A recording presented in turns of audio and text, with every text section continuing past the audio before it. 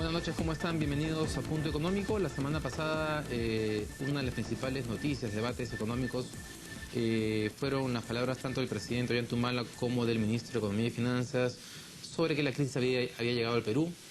Luego, en los días se aclaró que, digamos, no era la gran crisis, que era la desaceleración que está sufriendo la economía internacional en su conjunto, porque hay bloques como Estados Unidos en particular que se está recuperando, que habían comenzado a tener un impacto en el país. En realidad, lo que está pasando fundamentalmente es que la desaceleración de China haya conllevado una caída en el precio de los minerales que ya usted debe haber escuchado, y eso está afectando al Perú en términos no solamente de ingresos fiscales, sino también en términos de las exportaciones del país. En el caso particular de los ingresos fiscales, la semana pasada se anunció la conformación de una mesa de trabajo en el caso del Cusco para ver lo que es la reducción del canon minero, que va a afectar a la mayor parte de las regiones nuevamente que tienen como principal actividad a la minería.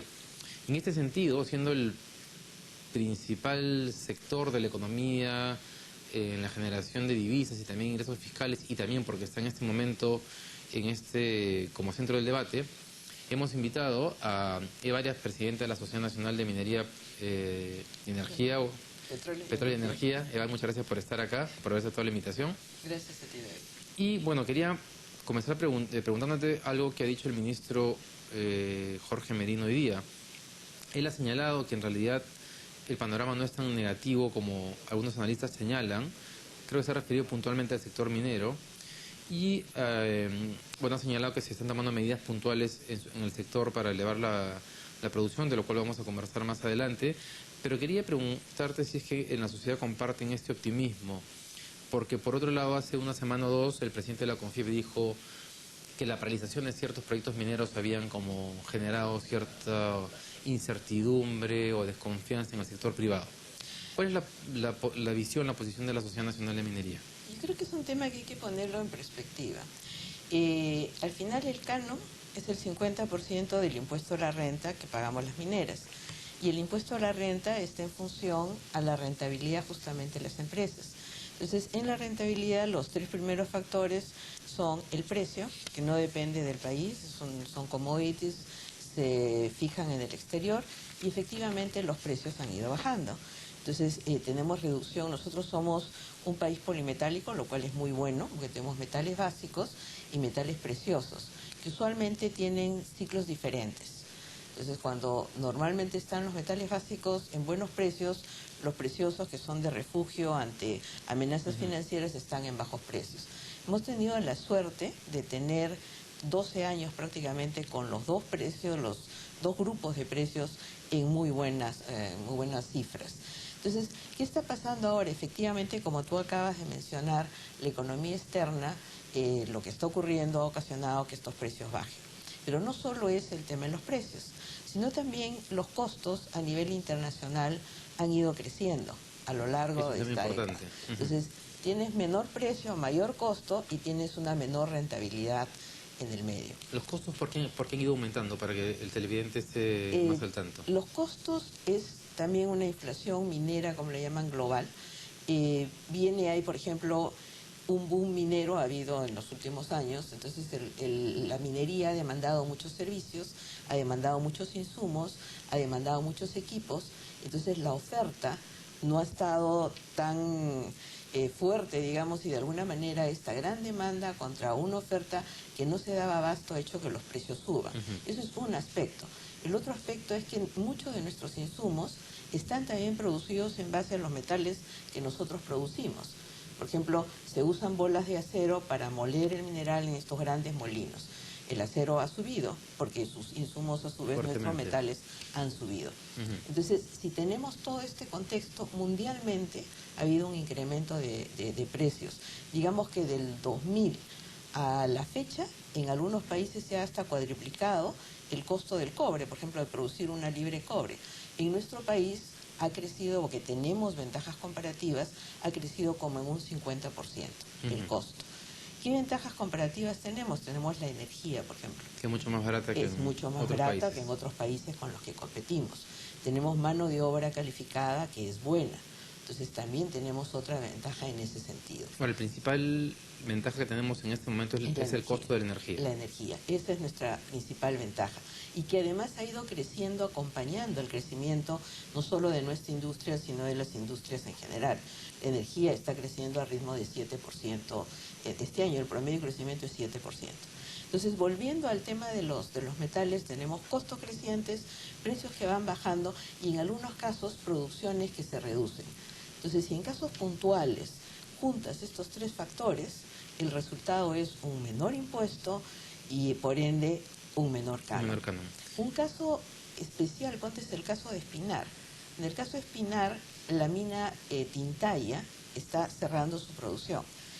El año pasado arrancó a fin de año Antapacay, que es la mina de la misma empresa que va a reemplazar a Tintaya, que recién este año empieza ya a tener operatividad 100%.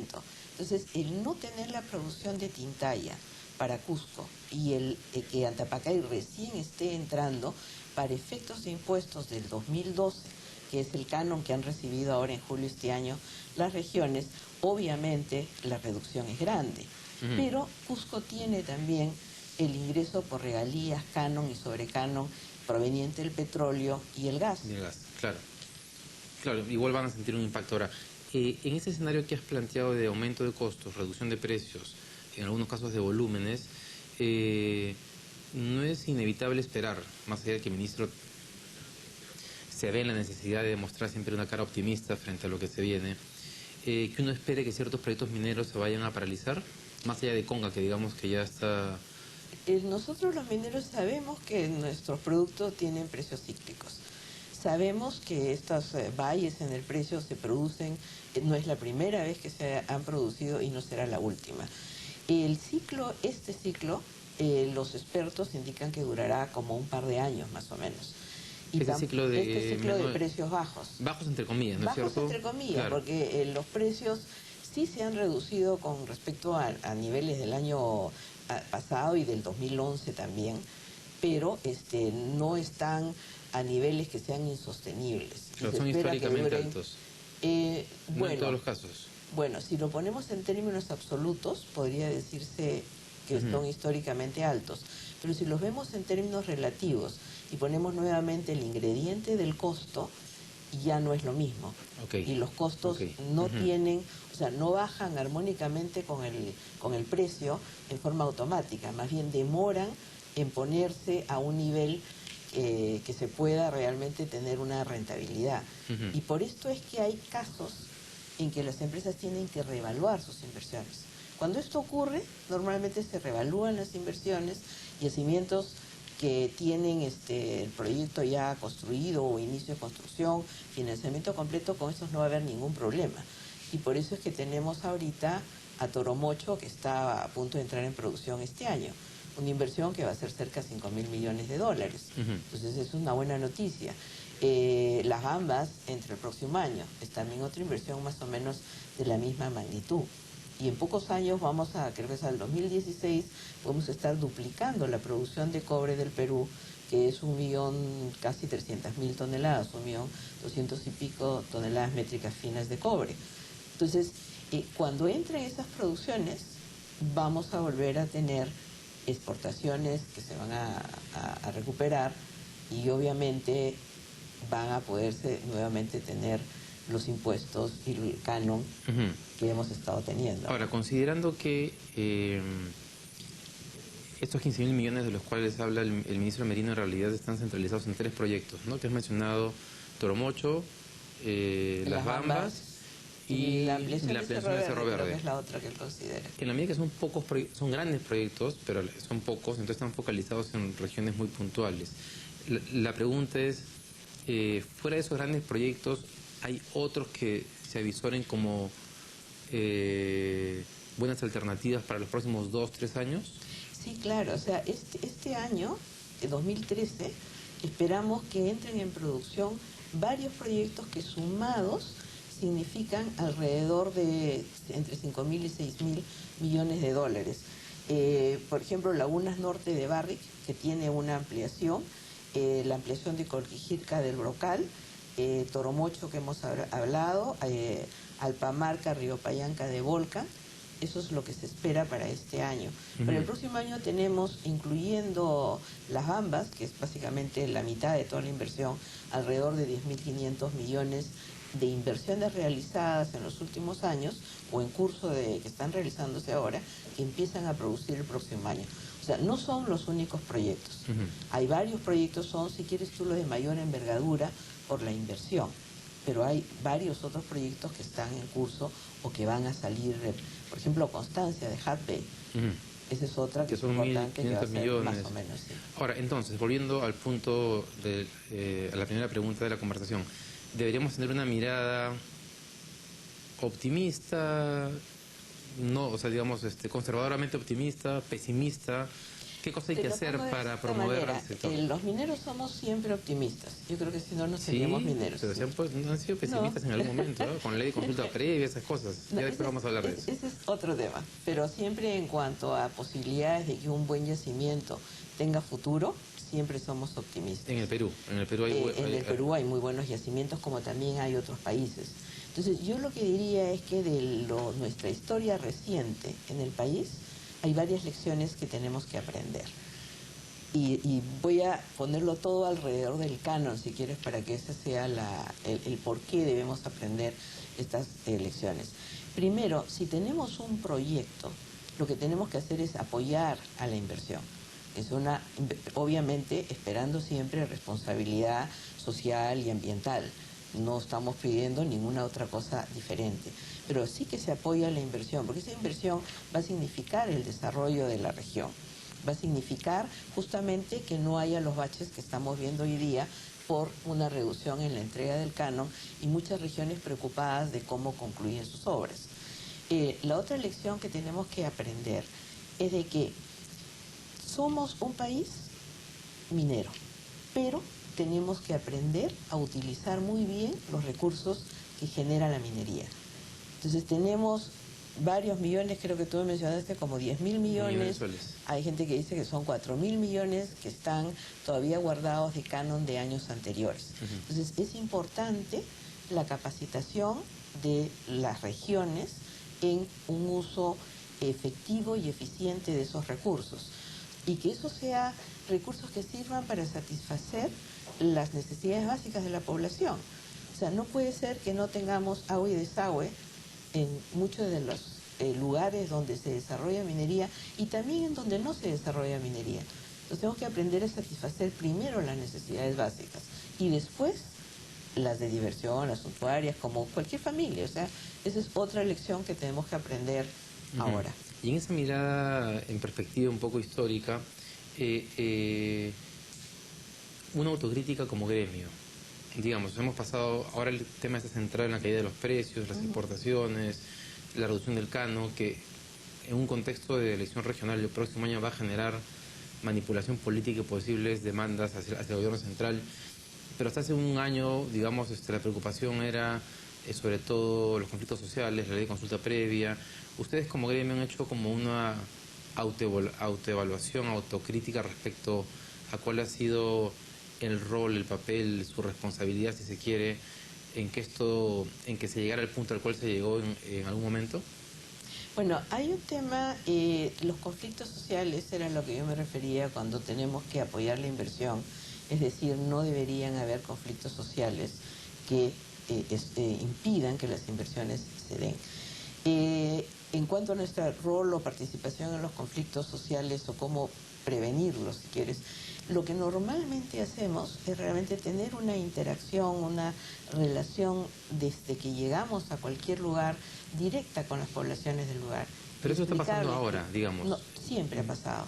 Siempre. Es algo que siempre hemos hecho, es parte, si tú quieres ponerlo, de nuestros protocolos, y cuando no habían las cosas tan reguladas como están ahora, también era parte de nuestras prácticas. Por ejemplo, es una costumbre, o sea, tú no puedes llegar a un lugar donde donde tienes la expectativa de iniciar una operación minera, encontrar poblaciones y sencillamente hacer de cuenta que no existen. Entonces, por ejemplo, bajo esa mirada, Conga, ¿por qué no fue?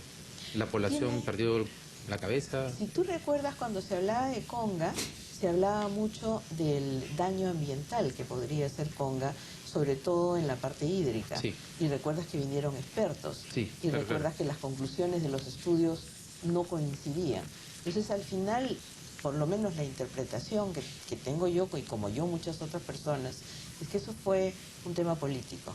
Y con el devenir de los meses, se ha ido viendo que efectivamente hay un ingrediente político muy alto en el tema. Sí, yo también creo que hay un tema político. Ahora, en el momento de Conga, de todos los reportajes que se hicieron, y de repente uno no le presta mucha atención a estas cosas, a mí me llamó uno en particular que salió en un programa dominical, que había llegado hasta las poblaciones más cercanas al proyecto. Y una señora, viene, digamos, de la sierra rural, cómo estaba vestida, en el castellano que manejaba, dijo una cosa muy sencilla, pero que creo que es muy importante. Ella decía algo tan sencillo como que todos los días pasaba el bus que llevaba a los trabajadores a la mina y su hijo tenía que caminar al colegio kilómetros y no le podían hacer el favor de que ese niño suba a ese bus. Y eso me hizo recordar, es un detalle, de eso se quejaba ella, no de la laguna ni nada por el estilo. Eso me hizo recordar que años atrás había estado una exposición en la sociedad y que Cajamarca, teniendo a Yanacocha como principal exportador de oro, una de las minas más importantes en Sudamérica, cuando aparecía el nivel de electrificación en Cajamarca, era de los, si no era el último, era el penúltimo del Perú. Entonces, a eso me refiero cuando digo si en verdad no ha pasado algo como gremio minero en algún momento, que tal vez después han recapacitado, pero ha habido un periodo como que han estado viviendo la bonanza un poquito alegremente sin darse cuenta de lo que estaba pasando en el entorno. No, yo creo que sí, todos, cada uno se ha ido dando cuenta dentro de su ámbito de las cosas como van evolucionando. A lo que te refieres tú en la dificultad de recoger pasajeros en la carretera para trasladar a alguien de un lugar a otro, sí, eso es cierto y es por temas de seguridad.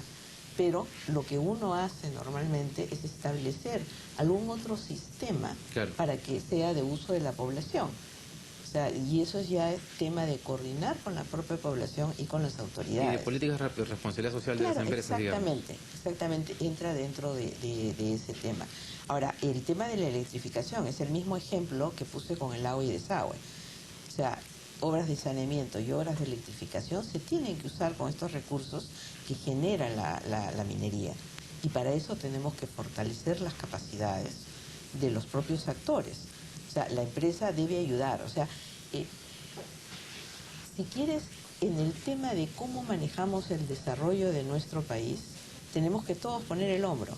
Tiene que poner el hombro la empresa, tiene que poner el hombro el gobierno, sea central, local, regional, y tiene también que poner el hombro la población.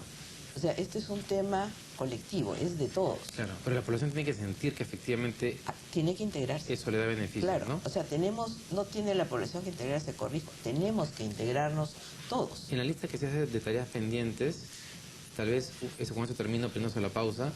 La semana pasada estuvo acá un representante del BIT que hablaba sobre innovación y estaba vinculando el tema de innovación a los países que habían logrado diversificarse productivamente. Pero había encontrado casos como el de Australia, en que no estando diversificado productivamente, había logrado, a partir de un recurso natural, convertirse en un país que innova. Y la minería era un ejemplo. Esa es una tarea que no hemos hecho en estos 12 años. Como que nos hemos quedado muy dormidos. ¿Crees que eso es así? Tenemos varios ejemplos en el mundo, Australia, Canadá, que son países que han realmente fundado su desarrollo en recursos extractivos. Y estamos tomando ejemplos. Han ido un paso más allá sí, a han ido partir un de paso eso. más. Y eso es lo que tenemos que hacer como país. Y nosotros en el gremio lo que estamos haciendo es tomar ejemplos de esos países para poder ver cómo los aplicamos acá en coordinación también con nuestras autoridades. O sea, ese es un tema en el cual nosotros, por supuesto, queremos participar y somos muy proactivos en el tema, pero tenemos que hacerlo en conjunto con las autoridades, porque es tarea de todos. Y hay muchos modelos muy buenos para ver tanto en Australia como en Canadá. Bien, vamos a hacer una pausa y cuando volvamos vamos a conversar sobre qué hacer con el tema del canon. Se ha hablado de crear un fondo de estabilización para las regiones más afectadas con la caída del impuesto de la renta y del canon, y para conversar también a raíz del tema de los conflictos sociales sobre el tema de la ley de consulta previa. Vamos a la pausa y volvemos.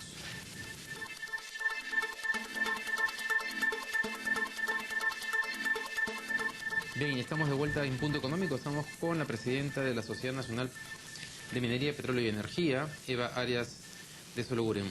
Estábamos conversando sobre, bueno, varios temas, el canon, los conflictos sociales y la relación con las comunidades.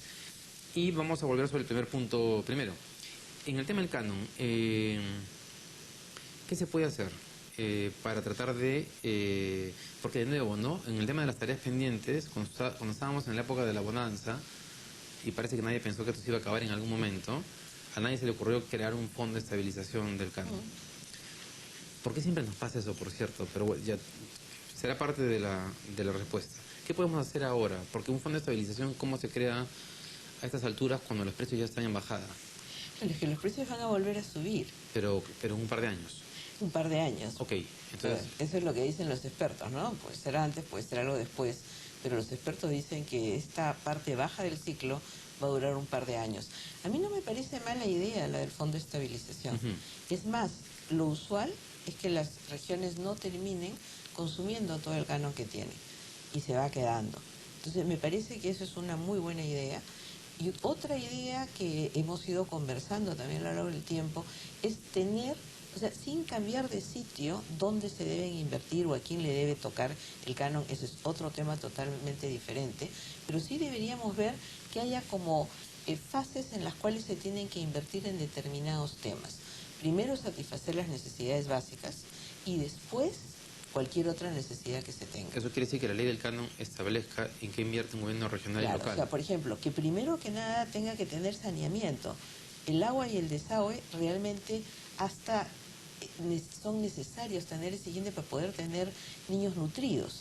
O sea, el problema de la desnutrición, una de las causas es la carencia de agua potable. Entonces, ese debería ser el primer punto de partida, que se usen los dineros para poder darle a la ciudadanía, a los pobladores de estas zonas que tienen todo el derecho de tener todas estas necesidades satisfechas. Electricidad. O sea que se podría aprovechar este momento, digamos, en el cual va a haber seguramente una negociación con las regiones para no solamente garantizarles ciertos recursos. Por ejemplo, se ha dicho que lo que se va a garantizar de todas maneras es que todos los proyectos que se han iniciado no se paren, sino que se culminen de todas maneras. Pero además aprovechar para comenzar a poner ciertos reglas de juego sobre en qué invertir. Ahora, eso más que una ley requiere es un tema de capacidades, pues, ¿no? Es un problema de capacidad de los gobiernos regionales y locales para invertir en estos rubros. También.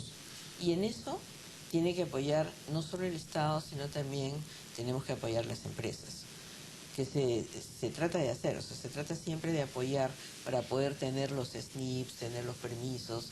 Hay un punto muy importante que ahora que he mencionado eso, porque cuando he conversado con algunas empresas sobre por qué no han apoyado en este punto, y esto en el Estado lo tiene clarísimo, es claro, porque la rotación de los jefes del área de inversión pública en gobiernos regionales y locales es muy frecuente. Entonces preparas a uno y que de pronto ese uno le dice al presidente regional o al alcalde, este proyecto no puede ir, y el político le dice, ¿cómo que no va a ir? Claro que va a ir. No, que no es técnicamente viable, y te vas. Termina el siguiente. Entonces, claro, ¿cómo inviertes capital? Claro. Entonces, que habría que ahí que de repente ligar el fondo de estabilización a la permanencia de un funcionario público encargado del área de inversión pública en la entidad. Yo creo que si lo pones... que tienes que pasar de satisfacer una necesidad para poder hacer un siguiente tipo de inversión, tienes un buen avance. Luego los funcionarios públicos deberían ser funcionarios de carrera en general, que es algo que nos falta como país. Y si ya tú tienes delimitado a dónde tienen que ir los recursos, hay que apoyar de alguna forma. En capacitación es bien difícil, como dices tú, porque igual pasa en el magisterio, o sea, tú apoyas capacitando maestros en las zonas rurales, y la rotación también es muy alta, pero no hay forma de dejar de hacerlo. O sea, son cosas que tenemos que seguir haciendo, y esto implica un trabajo muy cercano muchas veces entre la empresa y la autoridad local o regional directamente.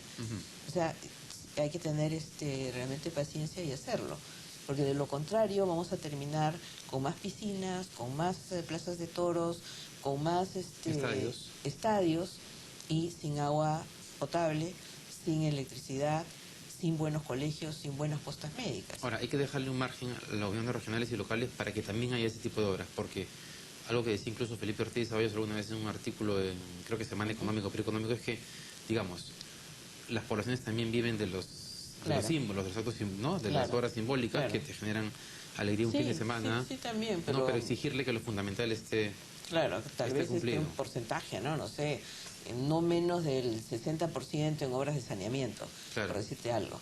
Entonces yo creo que eso va a encauzar el uso del canon de una mejor forma, ¿no? En el caso de los conflictos sociales, la ley de consulta previa fue un tema que les preocupó mucho a ustedes. Durante el primer año de gobierno, el sector minero mostró un rechazo bien diplomático, digamos, a la medida, pero cuando uno hablaba más en privado, sí estaban muy fastidiados con el tema, ¿no? Y por lo menos decían que este gobierno se había metido en un problema que no tendría por qué haberse metido. ¿Tú crees que en realidad era un problema evitable o que en verdad era un tema que había que abordar, el tema de la ley de consulta previa? Bueno, hay países como el nuestro que ha firmado el convenio 169 y hay otros países que no lo han hecho. En nuestro caso lo hemos hecho, entonces tenemos que ver cómo lo implementamos.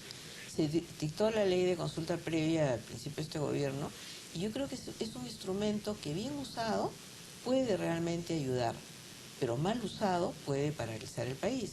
O sea, tenemos que aprender a usar bien estos instrumentos. ¿Qué cosa es bien usado y qué sería mal usado? Por ejemplo, tú tienes algo que todavía no sabemos cómo va a funcionar, porque no está establecido. No es que haya ni siquiera ejemplos que uno pueda importar con facilidad y decir, no, la consulta previa es un proceso que se realiza de esta forma. Por ejemplo, para hacer un censo, si tú puedes tener modelos, sabes cómo se realiza un censo. Esto es una cosa diferente, por un lado. Entonces se tiene que establecer y probar con qué procedimiento esto puede funcionar. Y para eso se tienen que hacer pruebas y errores, se tiene que ir viendo y estableciendo los protocolos y cómo se debe hacer. En algún momento vamos a poder extenderlo a todo el país, pero tenemos que empezar de a pocos para no equivocarnos en el camino. Eso es por un lado. Por otro lado, el Estado mismo necesita tener las capacidades. Se han estado preparando traductores. No sé cuál es el número de traductores, pero por ejemplo es algo que se necesita. Tienes que tener gente especializada que se haga cargo de la consulta. Entonces, esas fortalezas, esas capacidades, las tiene que tener el Estado. Y con eso va a poder realizar la tarea. Pero no podemos pensar que la debe realizar ya, cuando todavía no está todo preparado. Esto nos ha pasado, yo creo que guardando las distancias un poco en la formalización de la minería. O sea, tenemos todo el país, prácticamente todas las regiones tienen minería ilegal o informal, según sea el caso, pero no tenemos todavía las capacidades en todas partes como para poder lograr y llevar adelante una formalización eficaz y eficiente o una interdicción rápida y clara donde se tenga que hacer. Eso pasa en general en cualquier política pública nueva que se quiera implementar en el Estado, ¿no? Claro. Es el tema de la capacidad para implementarla finalmente. Y tener también no solo la capacidad, no, sino suficientes funcionarios preparados para poderlo hacer. Por ejemplo, si hay ¿qué ha pasado? Hay un proceso de formalización de un grupo de mineros en formalización que está en una zona de amortiguamiento, en una reserva, va al CERNAM, pero en el CERNAM no tienen suficientes técnicos para evaluar una cantidad grande de expedientes en un proceso de la formalización. Entonces, eso va dilatando. Entonces, tenemos que tener prudencia, y yo creo que, si no es la palabra prudencia, alguna palabra similar le he escuchado al propio presidente, de cómo ir implementando esto para ir aprendiendo mientras lo vamos haciendo. Paulatinamente. Ahora, ¿ustedes han tenido reuniones con el Ministerio de Energía y Minas o con otros funcionarios del gobierno en la cual les han ellos manifestado si es que este es el camino que se va a seguir? ¿De hacerlo paulatinamente? Yo solo he escuchado, o sea, nosotros sí periódicamente tenemos reuniones obviamente con las autoridades, pero esta forma de enfocar el proceso de consulta previa se le he escuchado yo al presidente en declaraciones ya de hace unos meses, que es algo que se tiene que, y me pareció, la verdad, sumamente sensato. O sea, ¿tú crees que todos aquellos que critican de que por qué no se ha hecho esto rápidamente, por qué no se ha puesto en vigencia porque el viceministro de Cultura, de hecho, renunció a raíz de que, que había presentado una lista de comunidades en las cuales se iba a aplicar, y aparentemente hubo discrepancias con el Ministerio de Energía y Minas y finalmente terminó saliendo él. Esos detalles sí no Iván los Lanegra. conozco. Entonces, claro, y hay, digamos, no hay un sector, digamos, sobre todo de izquierda, digamos, o de la gran transformación, no solamente ellos, pero digamos, que han salido a decir que, claro, que no se quiere implementar la ley de consulta previa. Y este tema de hacerlo paulatinamente les suena más a mesida que a un tema de realismo. No lo creo yo, o sea, yo no creo que nadie, ni un gobierno, ni una empresa puede implementar un proceso, un procedimiento totalmente nuevo sin haberlo probado, sin haber establecido cuáles van a ser las pautas, si no tiene un alto riesgo de no hacerlo bien. Entonces, preferible es ir poco a poco y aprendiendo en el camino para tener algo que realmente esté bien hecho y sea útil. Si nos apuramos mucho no conseguimos nada. Y ustedes que tienen conversaciones con las carteras correspondientes, ¿hay un estimado de cuándo va a comenzar esto en el sector minero? ¿Cuál sería el primer proyecto que pasaría por este? Bueno, la primera consulta que todos sabemos es la que ha habido en la selva para consultar la creación de una reserva, porque no solo se tiene que hablar Claro. de las consultas para minería Exacto. o para petróleo, sino en general para cualquier acto administrativo que afecte los derechos colectivos de alguna población vulnerable. O sea, tampoco es para todo el país. Claro. Entonces, yo no sé si hay un cronograma establecido, pero sí sé que se tiene que manejar con mucha prudencia. Sobre todo hay otra cosa que tener en cuenta. Estamos en un año preelectoral prácticamente. Entonces, si este instrumento, que puede ser un instrumento sumamente valioso para poder encontrar la forma de hacer las cosas con más armonía en el país, se llega a contaminar y utilizar políticamente, puede ser serio para nuestro país. O sea, tenemos que tener cuidado. En el gremio minero, me comentabas antes de la entrevista que tú, antes de ser presidente de la sociedad, habías sido vicepresidenta de lo que era específicamente la minería. Uno podría afirmar que en este momento hay consenso sobre la necesidad de la ley de consulta previa, sobre las formas de abordar los conflictos sociales y que de alguna manera la perspectiva de los mineros ha ido evolucionando con el correr del tiempo, o hay discrepancias. Porque te lo digo, te lo comento, algún representante de una minera internacional me decía que uno ve ciertas discrepancias entre la visión de los mineros peruanos y los extranjeros, como que los extranjeros tienen curiosamente más claro la importancia del tema de la ley de consulta previa, de la relación con las comunidades, que los empresarios mineros peruanos. No estoy de acuerdo, o sea, estoy tratando de hacer memorias y logro encontrar a algún representante de una empresa que se haya manifestado discrepante en esos aspectos, pero no se me viene a la cabeza ninguno. O sea, yo soy peruana y he crecido y he estado vinculada a la minería de toda mi vida. Mi padre fue minero, mi abuelo fue minero, entonces hay una tradición minera en mi familia. Y lo que te digo es de experiencia personal. O sea, todos somos conscientes de que tú llegas a un lugar y lo primero que tienes que hacer es ponerte de acuerdo y saludar, estar en una relación amistosa con tus vecinos. Es igual que cuando tú llegas a una escuela, llegas a un barrio, es lo mismo. O sea, eres un vecino más y tienes que tratar de mantener las relaciones en ese nivel. Pero el todos, cuando dices todos, Bueno, sabemos, ese todos es... Toda regla tiene una excepción. La excepción que yo trataba de ver si sabía cuál era, no la he encontrado en mi registro mental de datos. En todo el tiempo que llevas en la sociedad. La filosofía que tenemos en la sociedad y la filosofía que yo conozco de las empresas tanto peruanas como transnacionales es esta. O sea, el tema de responsabilidad social, si quieres ponerle un título a estos aspectos, está absolutamente afiancado dentro del ADN de todas las empresas. O sea, hay programas específicos, hay una cantidad de fondos que se destinan a estos proyectos muy importantes. Es más, la propia memoria de la Sociedad de Minería tiene 200 proyectos que se seleccionan anualmente, y hay muchos otros que no están en la memoria, de las cuales hay una foto y una pequeña descripción de en qué consiste el proyecto. ¿Por qué la población entonces no termina de quererlos, para resumir en una palabra? ¿Por qué no nos quieren? Yo creo que no es muchas veces que no nos quieran.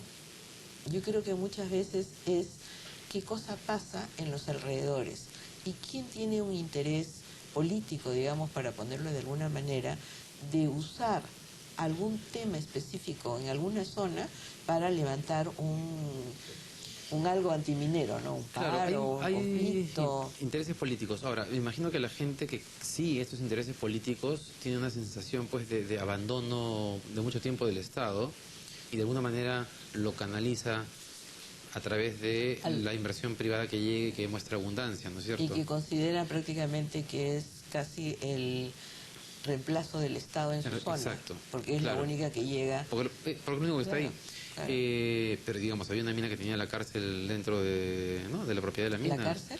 En el caso de Estrata que hubo que... No es la cárcel. Bueno, digamos la comisaría, ¿no? La comisaría, perdón la palabra, la comisaría. Pero quería ir a un tema, más importante sobre eso. ¿Ustedes sienten que algo está cambiando?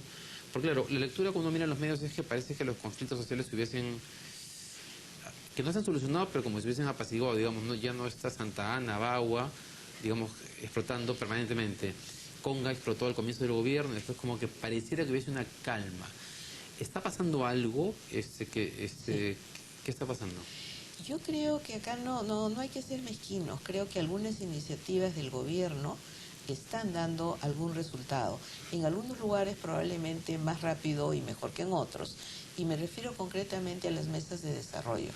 ¿Y por qué? Porque las mesas de desarrollo hacen que la población, las autoridades, el Estado ahora llegando a esos sitios, se sienten en una mesa y con la participación de la empresa se identifiquen cuáles son las necesidades de la población, qué es lo que hay que hacer para elevar la calidad de vida de esa población, para reducir su pobreza o para mejorar su economía. ¿Para qué cambiar entre estas mesas de desarrollo? Porque antes, digamos, también había mesas de diálogo. ¿Cuál es la diferencia entre las en las de antes y las de ahora? Ya había pongámosle el nombre de pliego de reclamos, que la colectividad le presentaba a la empresa para que la empresa realice tales o cuales obras.